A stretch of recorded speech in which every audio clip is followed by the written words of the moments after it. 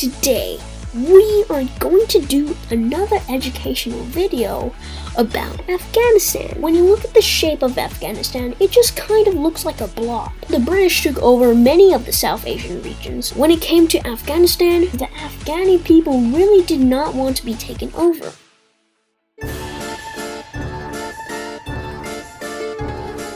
Today, we are going to do another educational video about geography. Now, last educational video, I did one about maths.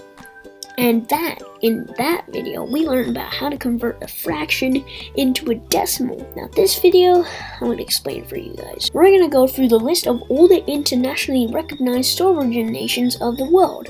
And we're going to do it alphabetically, which means our first episode is going to be on Afghanistan. I'm actually really glad we're getting this country covered, because it's a very complex and deep country, and we can't cover it all in 10 minutes, so I'm gonna try and do my best. Before we get into anything though, let's dissect the flag. Now, editor, you can put the flag on the screen. The Afghani flag is a tricolor band of 3 different colors: red, black, and green. The red representing the blood of those who fought for Afghanistan, the black representing the obscure and difficult past that they've had, and the green representing hope and the future and Islam, as it is the state religion. In the middle of the flag is the Afghani emblem. Now, this is where things get a little difficult, so bear with me.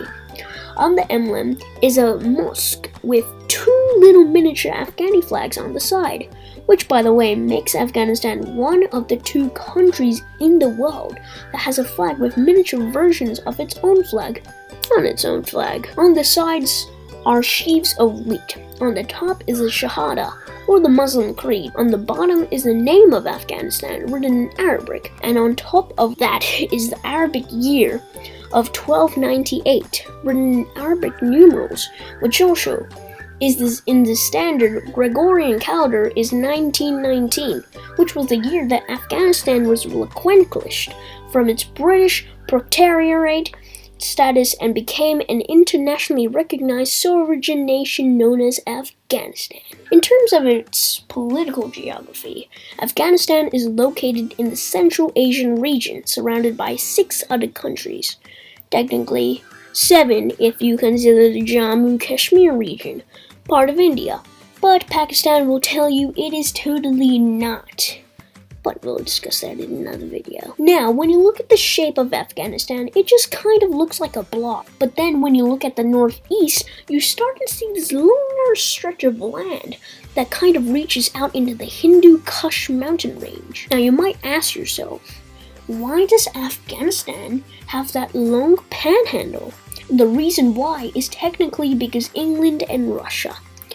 See, back in the 1800s, the British and the Russians were competing against each other to see who could amass the largest global empire in terms of colonization and influence. Russia took over what are now known as many of the Central Asian countries, as Kazakhstan, Tajikistan, and Uzbekistan, while the British took over many of the South Asian regions, such as India, Bangladesh, and Pakistan. Now, when it came to Afghanistan, things were a little difficult because the Afghani people really did not want to be taken over. It was also a really crucial point on the map because essentially it was the area where the British and Russian empires got really close to each other. Eventually, the British kind of took over at the end of the 19th century, much to the reluctance of the Afghans.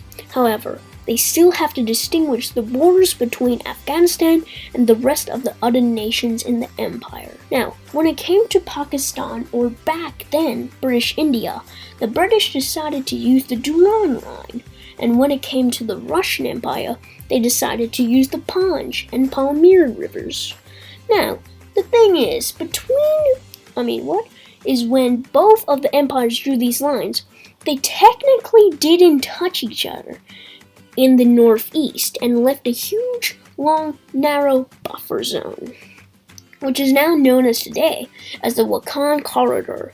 By default, it was given to Afghanistan, and to this, the Wakhan Corridor plays a very crucial role in Afghanistan's geography.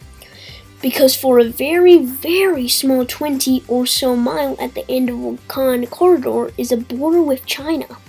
Now I know 20 miles doesn't really sound like much, but in the world of geopolitical analytics, that can be a very important thing. Now, when it comes to physical geography, Afghanistan has a large, vast array of different kinds of landscapes. However, the large portion of the country is actually mountainous, with the Hindu Kush mountain range dominating the northeast regions and the central regions of the country. In fact, the snow from these mountains accounts for the vast majority of the complex, immense river systems that flow throughout Afghanistan, allowing the country to have lush, green valleys where most of their agricultural sector can be found.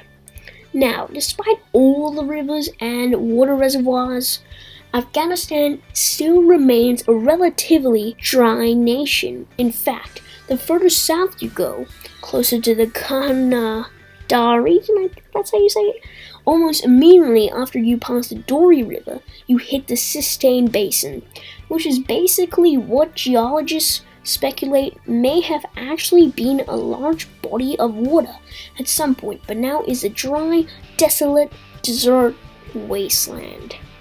Nonetheless, with the arable land that it does have, Afghanistan is still able to produce some of the world's best produce, including pomegranates, almonds, apricots, and poppy. That's right, for the past few 100 years, Afghanistan has been a leading nation in opium production. In terms of its demographics, Afghanistan has just about 38 million people, or roughly a little bit smaller than the size of Canada. A slight majority of these people identify as ethnically Pashtun, or people from the Pashtun tribe. They speak the Pashtun language, known as Pashto. Now, there are some other ethnic minorities like Uzbeks and Tajiks and Hazaras. However, the interesting thing is that the majority of the people, about 85%, including the Pashtuns, speak Dari. Dari is actually a dialect of the Persian language, Farsi. So that means someone who speaks Dari can actually interchangeably travel between Afghanistan and Iran without really having trouble being understood. Interesting side note, there is one last living Jew living in all of Afghanistan. I'm not even joking. His name is Zlavlon Simentov. He lives in Kabul. He used to own a restaurant and he maintains that last synagogue in all of Afghanistan. The locals there know him just as that one Jew guy, and they're cool with him. They're just like, hey Zablon. Which brings us to our final segment, the friend zone.